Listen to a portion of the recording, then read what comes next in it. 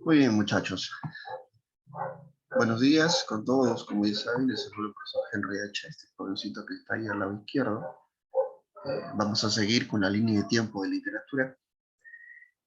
La semana pasada hemos terminado literatura universal, ¿no? Es decir, la literatura que hace básicamente Europa.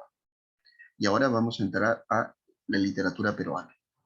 Vamos a hablar de los principales escritores, vale decir, por ejemplo, Mariano Melgar, Garcilaso de la Vega, Mario Vargas Llosa, José María Arguedas, Chocano, Ricardo Palma, entre otros. ¿Ya? Toda esa literatura perucha, peruana, vamos a verla aproximadamente durante 2 meses. Aproximadamente durante 2 meses. Full literatura peruana. ¿Ya? Y vamos a empezar con la primera literatura, que es esta, la quechua. Historia. Ojo, la prima hermana de la literatura es la historia. ¿Me podría decir, por favor, qué es lo que está pasando en la primera imagen aquí, donde yo estoy señalando con el puntero? ¿Qué está pasando aquí?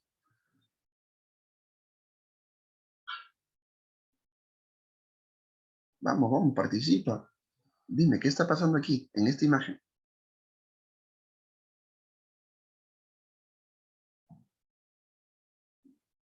Sigo esperando, no vamos a pasar hasta que tú me digas qué está pasando aquí, en esta primera imagen. La conquista. La conquista, ya, pero hay que ser más específico. ¿Qué está pasando? Combate. Combate. ¿Se están peleando? No, no se están peleando. Cuando San Martín visitó a Atahualpa, San Martín. no sé. Oh, esto está, mira, aquí hay un inca. Aquí hay un inca. San Martín es del siglo XIX, los incas son del siglo X, XII. ¿No? Chicos, en historia tienes que manejar historia. Historia y gramática. Pizarro. Y ahí la cosa como que se está aclarando un poquito. Pizarro. Este señor que está aquí es Pizarro. Pero ¿qué crees que está sucediendo? ¿Qué le está invitando un café? ¿Mm? Deteniendo. ¿Está hablando como bajito? ¿Está escondiéndose? Hable fuerte. ¿Mm? Lo va a aprisionar.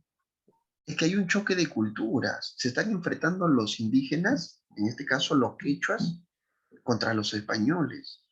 Parece que hay un enfrentamiento, no hay una pelea, no hay una batalla, no hay nada de eso. Se están conversando, mirándose, ¿no? En esta sí es diferente. En la imagen que tú tienes a la derecha, profe, ¿qué está pasando ahí, profe? Ahí los españoles, ¿no? Los españoles están quemando, matando a los indígenas.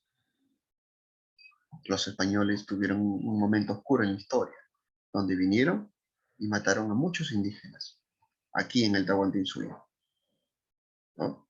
Los indígenas creyeron que ellos eran como ángeles, hasta que sacaron sus espadas y comenzaban a matar niños, ancianos, mujeres, varones.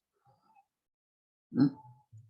Profesor, vamos a ver hoy día, eso es una parte, eso es una parte. Literatura quechua, ¿ah? Empieza, escucha bien, en el siglo X y termina con la llegada de los españoles. Eso que tú estás viendo ahí, ahí termina la literatura quechua. Ahí termina la literatura quechua. Literatura quechua quiere decir la literatura que se desarrolla en el Tahuantinsuyo, cuando todavía no llegaba el español, cuando todavía no llegaba el conquistador o el invasor. Eso es literatura quechua. A ver, vamos a poner aquí. Vamos a ver algunas generalidades. Le vamos a pedir, por ejemplo, a nuestro amigo Ayala que nos lea donde dice generalidades, por favor. Ayala, ¿nos podría leer generalidades? Sí, profesor. Llamada también etapa prehispánica, como los incas que conocieron la escritura, se pretende negar muchas veces la autenticidad de nuestras creaciones literarias, siendo lamentablemente la destrucción del imperio incaico lo que opacó la madurez de nuestra literatura. Se desarrolló aproximadamente en el siglo X. Gracias, señor. O sea, profesor, ¿de cuándo a cuándo va la literatura quechua? Del siglo X, escucha, desde el siglo X hasta 1545, que es cuando llegaron los españoles al Tahuantinsuyo. ¿Sí? Desde el siglo X hasta el siglo XVI, a mitad del siglo XVI.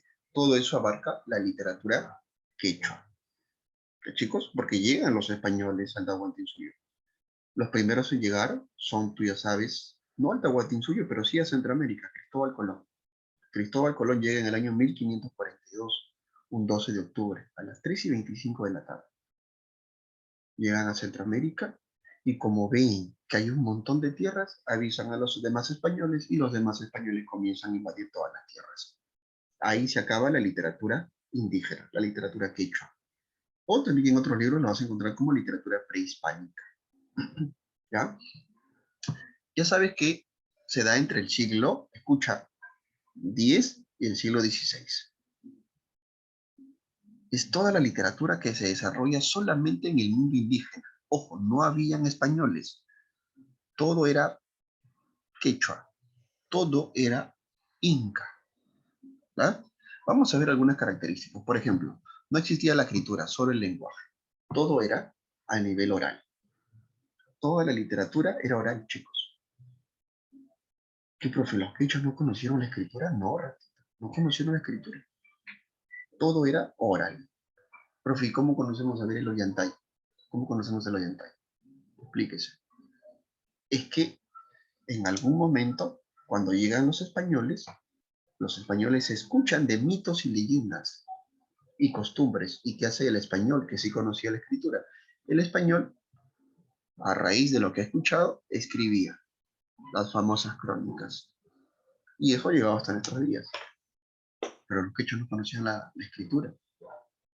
Qué alucinante, ¿no? Una cultura que no haya conocido la escritura, ¿te imaginas? ¿Mm? Han tenido escritura, obviamente, pero todavía no se sabe qué tipo de escritura tuvieron. Siguiente, presenta anonimato. O sea, todo es anónimo. Y es obvio, pues, ¿no? Si todo es oral, ¿cómo voy a saber de quién es el autor de quién? Imagínate que estamos en el siglo XI y Rivas es una indígena. Rivas hace un canto. Pasan 200 años. ¿Cómo voy a saber yo que ella es la autora de eso? ¿Mm? No se sabe, se pierde. Entonces, por eso decimos que es anónima.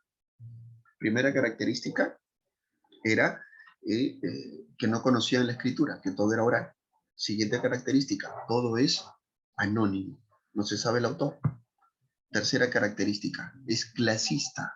Ahorita vamos al break. Déjame terminar esto, ¿ya? Clasista. ¿Cómo clasista? O sea que habían clases sociales. O sea, no piensas que las clases sociales vienen de ahora o de hace 50 años, no, las clases sociales han existido durante miles de años. Cuando existió el hombre, con él aparecen las clases sociales. Clase alta y clase baja. La literatura no es la misma para la gente de clase alta que para la gente de clase baja. Te lo voy a mencionar después. ¿Ya? Sigamos. ¿Qué otra característica encontramos? La poesía estaba unida a la música y la danza. Existía música y danza.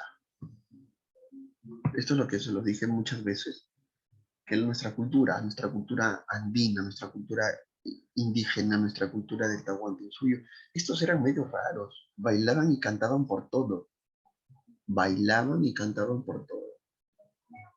Si algún familiar nuestro muere, ¿tú crees que cantaríamos y bailaríamos? ¿Tú puedes bailar porque muere un familiar? No, pero si se muere la suegra, bueno, ahí sí creo, ¿no? Pero luego papá, mamá, hermanos, no creo, hay que ser loco, ¿no? Pero los quechos sí. Los quechos tenían rituales, cantos. Se moría una persona y le daban gloria y le daban cantos al dios sol. ¿Mm? Hacían su pachamama. Hoy en día ves que la gente se emborracha por todos lados, pero no respetan a la tierra. Los quechos sí, antes de tomar hacían su pachamama. ¿Qué es eso, profe? Vertían un poco de su líquido en la tierra y hacían cantos. Pachamama.